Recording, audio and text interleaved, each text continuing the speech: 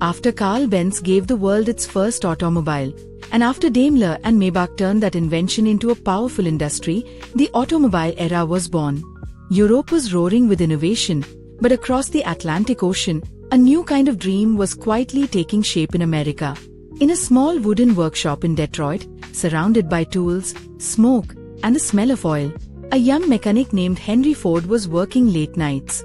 His hands were rough, his clothes covered in grease, but his eyes, they were full of vision. Henry Ford was not born into luxury. He grew up on a simple farm, where he spent his days helping his father and nights fixing broken watches. Machines fascinated him. He wanted to understand how motion worked, how energy could bring freedom. Under a dim kerosene lamp, young Henry often stayed awake past midnight, rebuilding old engines. He dreamed of building a machine that could move people, not horses, not steam, but power born from human innovation. In 1896, after years of effort, Henry finally built his first car, the quadricycle. It had 4 bicycle wheels, a small engine, and could run 20 miles per hour. When he drove it down the street, people came out of their houses, staring in shock. A man was moving without a horse. It was magic. But like all great beginnings, it was far from perfect. The quadricycle often broke down, its gears jammed, and oil leaked everywhere. But Ford didn't stop. He smiled and said, "Failure is the opportunity to begin again, this time more intelligently." By 1899, Henry Ford had started his first company, the Detroit Automobile Company, with the help of investors. But they wanted quick profits, not innovation. The cars were expensive, heavy, and poor in quality. The company collapsed. Most men would have given up there. But Henry Ford wasn't like most men. He believed he could build something better, something for the common man. So, in 1903, with just $28,000 and a small team, he founded the Ford Motor Company. Ford worked day and night, designing a car that was strong, simple, and affordable. 5 years later, he introduced the Model T, the car that would change everything. The Model T was revolutionary. It was easy to drive, cheap to maintain, and could run on rough roads. For the first time in history, a car wasn't a symbol of the rich, it was the vehicle of the people.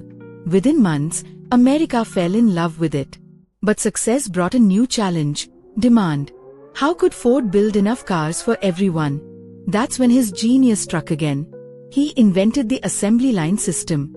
Instead of one team building an entire car, each worker now performed a single step, and the car moved along a moving belt. It changed everything. Production time dropped from 12 hours to just 1 hour and 30 minutes. Cars rolled out faster than ever before. By 1914, Ford did something no one expected. He doubled his workers' pay to $5 a day, ensuring that the same people who built the cars could afford to buy them. This was more than business. It was a movement. Soon, the Ford Motor Company became the largest automobile manufacturer in the world. The streets of America filled with Model T cars, families driving across cities, farmers reaching markets, and people exploring roads they had never seen before. The world was changing. Roads expanded, fuel stations appeared, motels opened, all because of one man's vision. Henry Ford had not just built cars, he had built freedom. Yet, with every revolution comes a cost. Traffic, pollution, and accidents became new challenges for the modern age. But the idea Ford had started was unstoppable.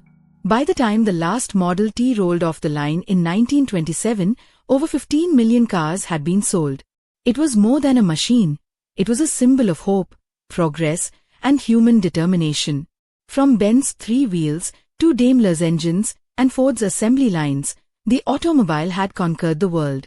It had connected nations, united families, and inspired dreamers everywhere.